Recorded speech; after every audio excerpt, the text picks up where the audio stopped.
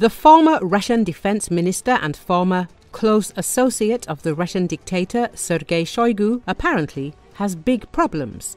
His clan has been destroyed, and he himself may soon find himself in the dock. There are active rumors about this in the Russian Z community. Z blogger and participant in the war against Ukraine, Mikhail Polinkov, claims that Russian law enforcement agencies have become interested in Shoigu, which is why the health of the former minister has deteriorated.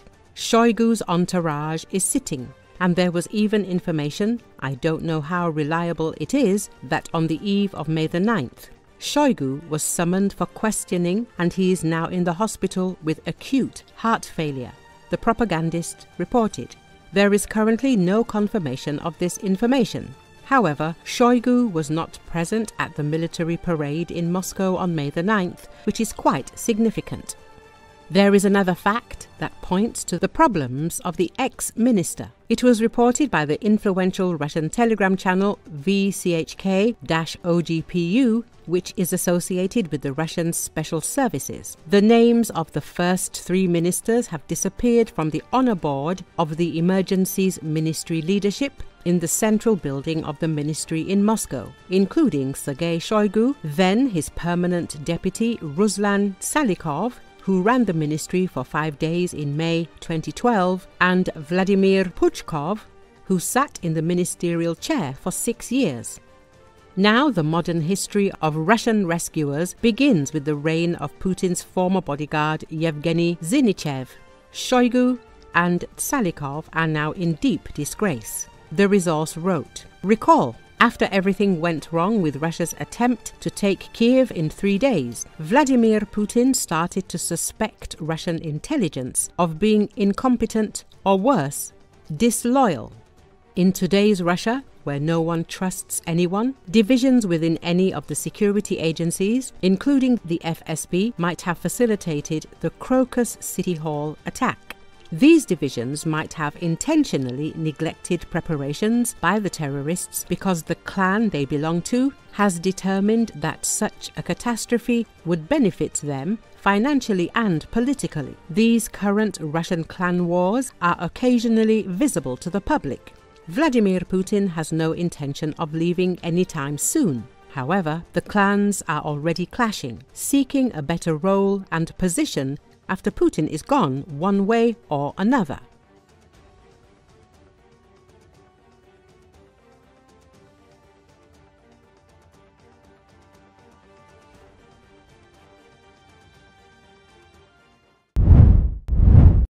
Ukrainian drones struck Russia's Bucha semiconductor plant in Oryol Oblast, which is producing parts for Sukhoi warplanes and Iskander and Kinzhal missiles, the General Staff of Ukraine's armed forces said. The statement comes after Russia claimed to have downed over 150 Ukrainian drones overnight in multiple regions, including 53 in Oryol Oblast. The region's governor, Andrei Klitschkov, initially reported no damage or casualties, but later said that the semiconductor plant and several residential buildings were damaged. The plant has been sanctioned by the US since last year over its role in the Russian military-industrial complex. The Bucha plant is one of Russia's leading producers of semiconductor devices and components, focusing on diodes, microcircuits, optoelectronic switches, and more, the General Staff said. The factory supplies at least 19 Russian plants involved in the production of Sukhoi planes or Iskander and Kinzhal ballistic missiles. Despite the sanctions, it produces almost 3 million devices per year, according to the Ukrainian military. The Oryol region is located northeast of Ukraine, approximately 170 kilometers from the nearest Ukrainian border. The Bucha semiconductor device plant, located in the town of Bucha about 55 kilometers from Oryol, is a key facility in Russia's military-industrial complex. It develops and manufactures electronic components for radio-electronic equipment, including microchips, semiconductors, indicators, microassemblies, and so-called eternal batteries used in military systems. The plant's products are used in communication, control, electronic warfare, and simulators for tanks and missile systems. Andriy Kovalenko, head of the Center for Countering Disinformation at Ukraine's National Security and Defense Council, said that the plant specializes in producing microchips, semiconductors, and control components used in T-72B3 and T-90M tanks, self-propelled howitzers, Iskander and Kh-101 missiles, electronic warfare systems such as Krasuka and Zittel, as well as tactical communication systems for army-level operations. Despite international sanctions, Kovalenko said, the Bokov plant continued to import Western technologies through third countries and parallel import schemes, sourcing components from Taiwan, South Korea, Japan, and even the United States.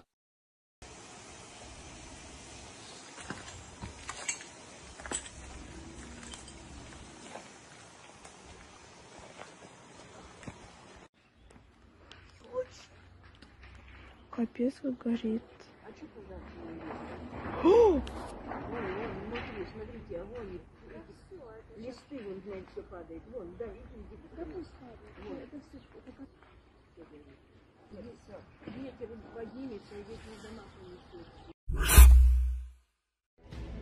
The Russian military has intercepted and launched a missile strike on a training ground of the 1st Special Forces Brigade of the Ukrainian Armed Forces near the settlement of Shostka in Sumy region. The Russian Defense Ministry has released relevant information and footage. The training ground, discovered by a drone, was struck by an Iskander operational tactical missile system. As a result of the strike, at least 70 Ukrainian servicemen, including 20 instructors, were killed, and an ammunition depot and 10 combat vehicles were destroyed. The training ground is said to be located 50 kilometers from the Ukrainian-Russian border. The Ukrainian side has not commented on the incident.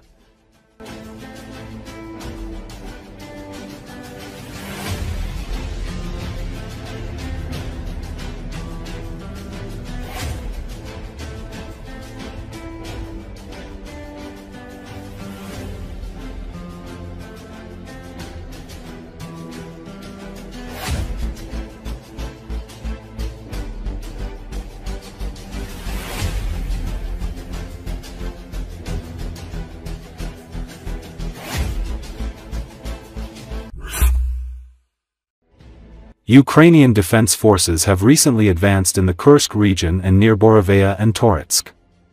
Meanwhile, Russian invaders are pressing near Chasov Yar, Toretsk and Novopavlivka, as well as in the Kursk region. This is reported by Institute for the Study of War. Recently, the Ukrainian defense forces have advanced in the Kursk region. Geolocation footage published on May 19 shows the Ukrainian defense forces advancing on the southern outskirts of Tyatkino, southwest of Glushkov. Meanwhile, Russian troops are also advancing in this direction. As geolocation footage from May 19 shows, the Russian army has advanced to the international checkpoint southeast of Tyatkino. Russian military intelligence claimed that the armed forces of Ukraine were allegedly unsuccessfully attacking Tyatkino and Novyi Put, southwest of Glushkov and east of Tyatkino. Ukrainian military observer Konstantin Mashevet stated that North Korean troops are no longer conducting assaults on the Kursk direction, and Russian troops are only episode ally deploying a North Korean contingent on Russian territory. Neither Ukrainian nor Russian ISW sources reported ground activity in the northwestern Belgorod region on May 19. On May 19, the Russian occupiers continued offensive operations in the north of Sumy region, but did not advance. Vadim Mysnyk, spokesman for the Seversky Group of Forces of the Armed Forces of Ukraine, reported that the Russian Federation is accumulating forces in the Kursk region and continues to advance with small groups of infantry along the international border between the Sumy and Kursk regions. Russian invaders continued limited ground attacks in northern Kharkiv Oblast on May 19, but were unsuccessful. On May 18 and 19, Russian troops stormed the area of Vovchansk and Vovchansky Kuturi. On May 18, a Russian blogger stated that the Ukrainian armed forces counterattacked near Lyptsy. On May 19, the Russian occupiers continued to advance in the Kupiansk direction, but did not advance. Russian troops attacked along the international border in the Stroivka area and in the Kharkivka area. A spokesman for the Ukrainian brigade operating in the Kupiansk direction reported that the Russians had reduced the size of their infantry assault groups from 5 to 6 to 2 to 3 people, and that the enemy continues to prefer the use of buggies, motorcycles, and all-terrain vehicles over armored vehicles during the assault. The head of the Kupiansk District Military Administration, Andriy Kanashevich, stated that the Russian occupiers have increased the number and scope of air and artillery strikes on the Kupiansk district. The Russian military expert claimed that Putin's troops used Shahid drones, which are usually used to launch long-range strikes on the rear areas of Ukraine, to strike at Ukrainian armed forces targets in the Kupiansk direction. Recently, Ukrainian defenders advanced in the direction of Borovaya. The commander of the Ukrainian brigade reported that the Russians are trying to enter Torsky in strike groups of 2 or 3 soldiers, and that the armed forces of Ukraine are killing or wounding 80 to 90% of these groups.